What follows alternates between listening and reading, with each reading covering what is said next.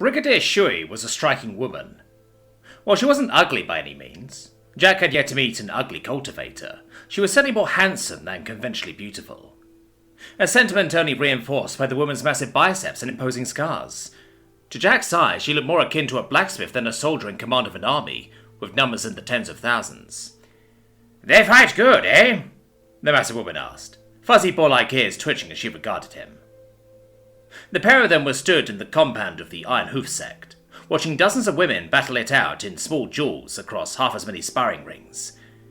It was an impressive sight to be sure, with what was essentially a small war between demigods going on before his eyes. "It's but a small taste of the strength of the sects of Tenho," Shui continued proudly, arms crossed over a barrel chest. "While the Imperial Army might be able to lay claim to having the most guards within the city, it is the sects who command the most true warriors." That was actually true. According to Ren, peace within the city was maintained by a careful balancing of the different powers within it. While the magistrate held direct control over both the Red Guard and the local Imperial Army garrison, equating to just under 80,000 soldiers drawn from across the Empire, those numbers contained little in the way of cultivators. By contrast, the sects commanded something closer to 40,000 guards between them, of varying quality, but they also commanded significantly more cultivators. Under normal circumstances, that would have put the balance of power strongly in the hands of the sects, mortals being little more than roadblocks to a rampaging cultivator.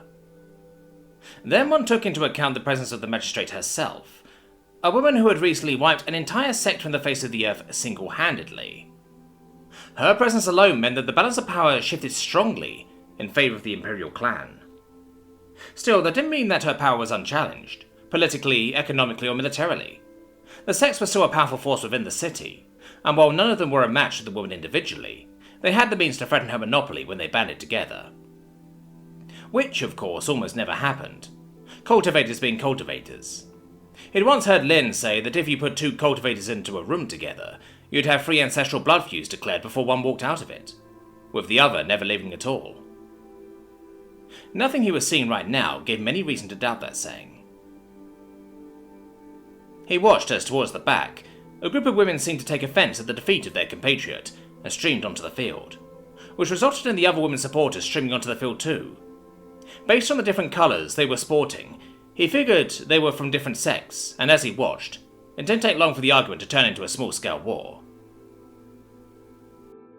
He used the word war rather than brawl or fight because demigods.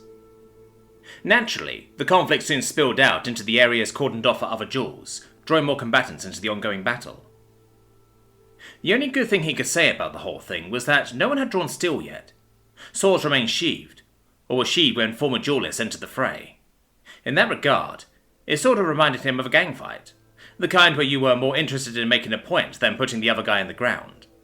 There was an unspoken etiquette to that kind of thing, an ultimately fragile one, but not any less binding for it.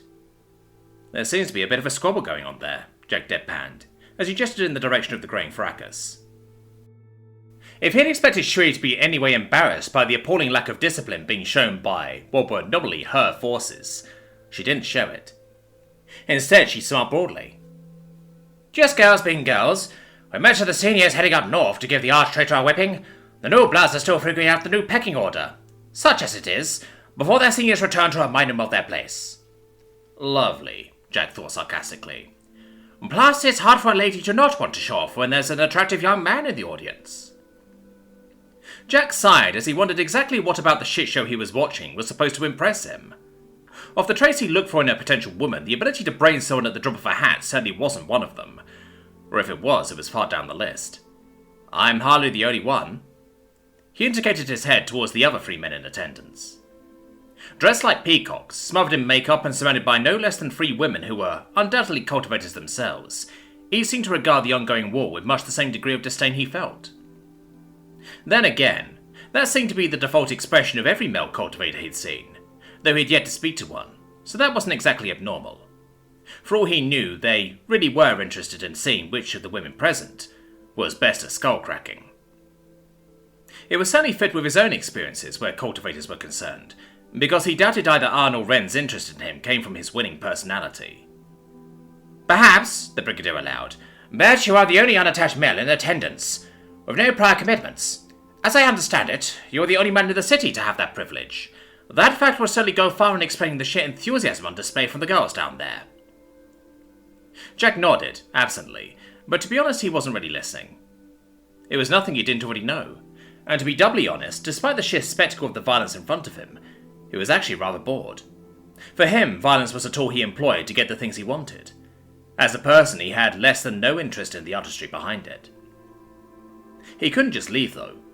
In addition to being a brigadier in the Imperial Defense Force, which was a short form for any Sect forces not directly under command of the Imperial Army, she was also the selected representative of the combined Sect leaders in the city.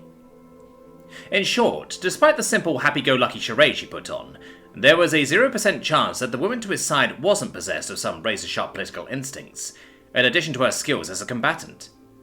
Which was why, when she summoned him, he'd been compelled to answer. To do anything else would have been to deny her face. So here he was, watching a bunch of morons feign attempts at killing one another, in an attempt to impress either him or any of the other peacocks watching. Well, they are very skilled. He spoke truthfully. They were very skilled to his eyes. All fancy and shit. Unfortunately, he had no fucking clue what he was talking about, for being the more junior members of the sects. Shui nodded along happily with his words. Hi! The sects do not lack for talented youngsters, especially with the plethora of materials we have recently found ourselves saddled with as a result of these recent beastie attacks. It's almost enough to make this older sister want to thank the arch-traitor for her unintended generosity. Ignoring the woman's words, Jack found himself wondering what the cultivators attached to the Imperial Army were like. Were they more disciplined than the mob before him? Or worse? Supposedly, when one signed up, they swore an oath to the Celestial Court, and that required that the cultivators surrender all ties to their sect of origin, until such time that they were discharged. How true that was in reality, he had no idea. Likely little. Still, the cultivators under the magistrate's command would have been brought in from other cities, so they'd have no ties to local sects. A very deliberate move on the part of the Imperial clan, no doubt. Still, the woman across from him said leadingly, with a voice that had Jack wondering if she was finally going to get to the real reason why he'd been called out here.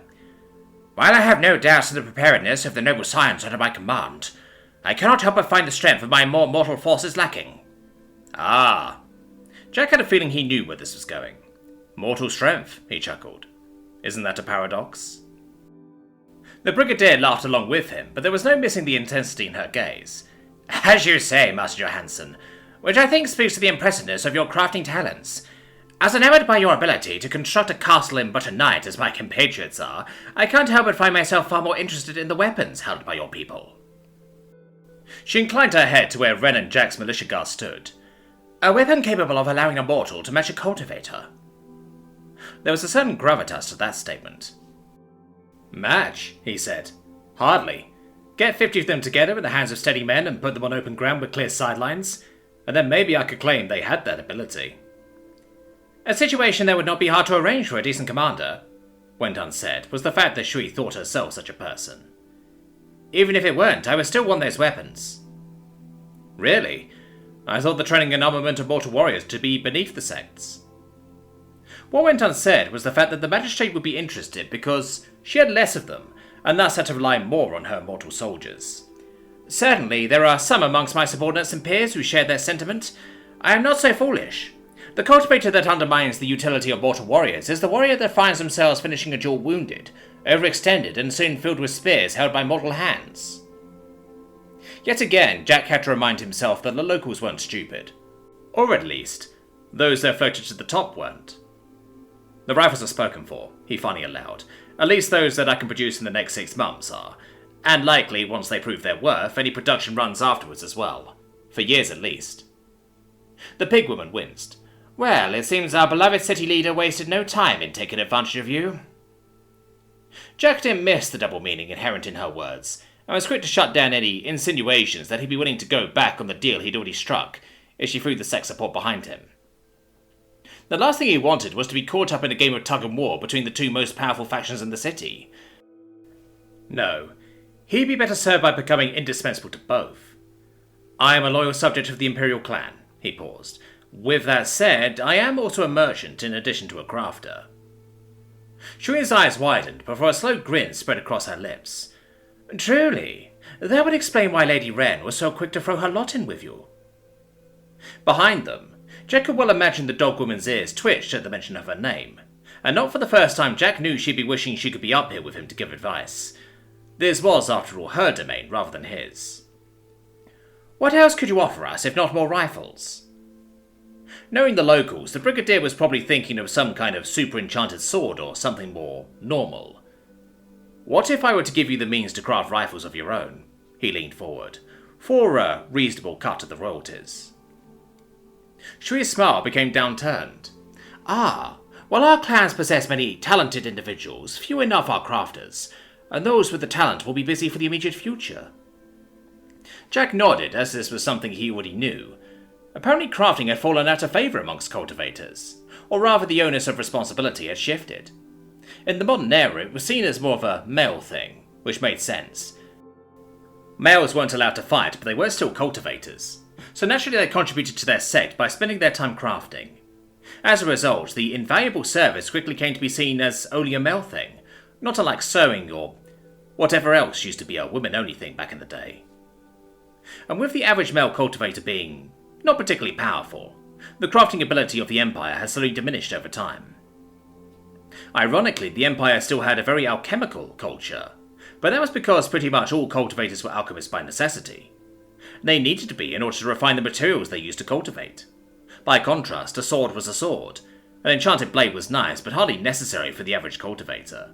More to the point, they lasted forever, and could be handed down from generation to generation. Put simply, the need for dedicated cultivator crafters certainly existed, but it was considered to be more of a luxury than a requirement. The woman holding the sword was more important than the sword itself, so the Empire focused on producing warriors. Jack grinned. And then it is fortunate for you that while my weapons are fantastical, the components that make them up are entirely mundane. Truly, he nodded. Weapons like the ones my people hold are more often than not made by mortal hands. Which was both a lie and a truth. He was the only one to make them, but he was immortal. May I hold one? Jack nodded, summoning one into his hands. An older model, like the one he presented to the magistrate. One of the break action designs. Shui took it almost reverently, though a frown came over her features as she beheld it. It is, truly. He shrugged. It was a weapon intended for mortals, thus it only made sense to design it to be built by mortal hands. All it required was a little imagination on my part. Shui handed the weapon back to him with an indecipherable expression on her face. You are a terrifying man, Jack Johansson. Then the look twisted into a wide grin. One I would be happy to get to know better. Please join us for a feast at my estate tonight. We are celebrating the advancement of one of my nieces to the profound realm. Then afterward we can have sex. Jack almost missed the last line for the woman, as unexpected as it was. He definitely didn't miss the audible crack that came from behind him. Did Wren just snap something? Excuse me? He asked. To her credit, the woman didn't play coy, though perhaps she might have benefited from a little coyness with her earlier statement. I said we could have sex. I will pay you well for the experience, doubly so if I get with child. I feel my line would benefit from your genes. You are also not uncomely. Wren had warned him this might happen. Scratch that, she had flat out told him it would. He hadn't really believed her, though. Despite his experiences with Arn and Wren, sure, the pair had been obvious about their desires, but they'd been rather passive about it. Apparently, that was to be expected from a male subordinates. For peers, well, he doubted they'd all be as forward as Shui was, but they'd certainly not be shy about it either. I'll think on it. He definitely didn't wince at the way Wren twitched behind him. He'd had to explain to her later that he was just humouring the woman. She'd likely shatter his spine if he got down and busy with her. It was an issue he had plans to rectify, but they rather required that any busyness happened on his home turf. Not that the Brigadier seemed to see it that way, the woman laughing confidently. Ha! You plan to play coy? That is fine. This Shui is more than happy to wait. Just you wait, though. One night with a pig wound will have you yearning for nothing else. Was that like the equivalent of a man saying that once you go black, you never go back? The woman certainly seemed good enough for it. I'll keep that in mind, he said, with some finality.